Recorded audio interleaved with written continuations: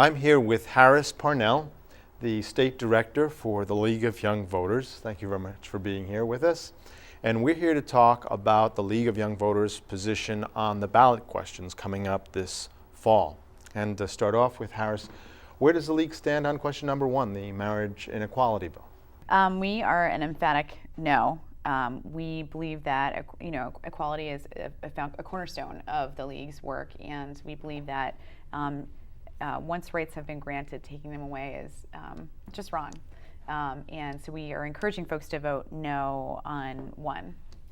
Now, question number 4 is the Tabor or Tabor 2 ballot question. Where does the League stand on that? So Tabor, this is actually the 3rd time that it's appearing on the ballot. It appeared early in the late 90s, and then it appeared in 2006, actually called Tabor, which is the so-called Taxpayer Bill of Rights, and this one is being called Tabor 2. And it places kind of arbitrary spending limits on government, freezing it using both population and inflation as the way to ratchet it up. So freezing it at our current recession levels, which basically means that 10 years down the road, we're still going to only be able to spend at the amount that we're spending now, which is just, we know that that's not going to be feasible in 10 years.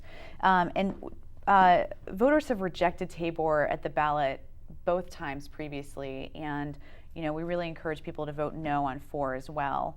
And then the other thing about Tabor, and I can talk a little bit about the things that would impact, are that Tabor will have a significant impact on all of our public services.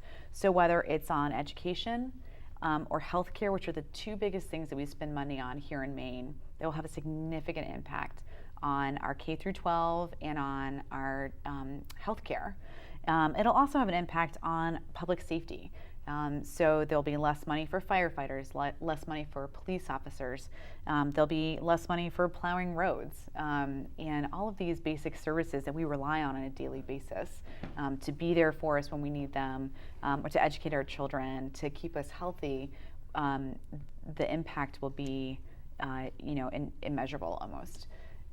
And Tabor was passed in Colorado several years ago, and Colorado went from being, just to give an example, went from being one of the higher K through 12 ranked states to being one of the lowest because of Tabor. And in fact, the people voted to suspend Tabor 5 years ago because it was having such an impact on their communities. Yeah. And so we want to, really encourage Mainers to vote no. Among other 4. things, the station, the funding for it would be drastically impacted. You guys have a huge impact on it here, and that, and CTN, you guys are such a service to the community. It's just one more thing that would be impacted. Now the excise tax. What number on the ballot is that? What ballot question is that? That's number 2, and so it's an excise tax repeal. So the excise tax is what you pay on your car or your truck every year.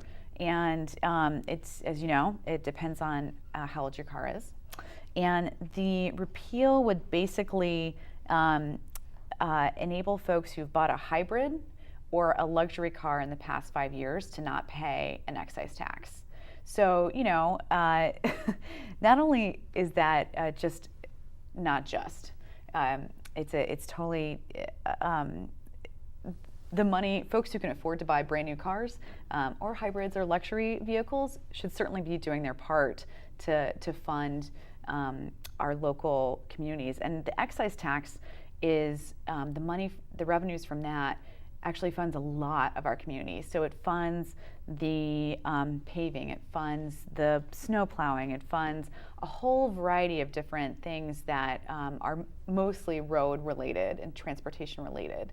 And in fact, in some communities, in smaller communities, are the only income for the city or this town. And so we want to make sure that those revenues are still there, again, to keep us safe and to provide the basic services that we depend on. So it would actually be repealing a progressive tax. Yeah. A tax where the rich pay more and the poor pay less. Yeah. Exactly. Now, we don't have too much time, but it Sure. might be of interest to people just by the name League of Young Voters. It says Yeah. who you are. Could you kind of go over who the League is and how you arrive at coming up with your positions on these ballot questions? Yeah, absolutely. So for Tabor, we took a stance back in 2006, and we're key in getting young people out to vote against this. It's particularly in our best interest to make sure that the young people vote no and that everybody votes no, because we're going to be the ones who are dealing with this problem. And if it passes in 10 years or 20 years. And so we actually took a stand years ago on it because it would just mess up our communities. It's kind of a no-brainer. And that's the same with both the excise tax repeal and protecting marriage equality. Those are just basic tenets of what we believe in. I see. In terms of our candidate endorsements, there's quite a lengthy process to go through. And I think most candidates who have filled out multiple endorsement papers will tell you, we have them fill out questionnaires. They then interview with someone on our elections committee. They then we do some research on them and write up proposals to the folks who are volunteers with us, and then the volunteers vote on them using instant runoff voting. So that's how we do our endorsements. Is there more information on your website? Yeah, absolutely. So you can go to our website, which is theleague.com/ME, and find out more. And then our voter guide is also online, and that is theballot.org/2009, and then you just click on Maine, and you can find all the folks we've endorsed, and then lengthier explanations about the ballot questions. Great. Well, thank you very much For joining us. Thank you.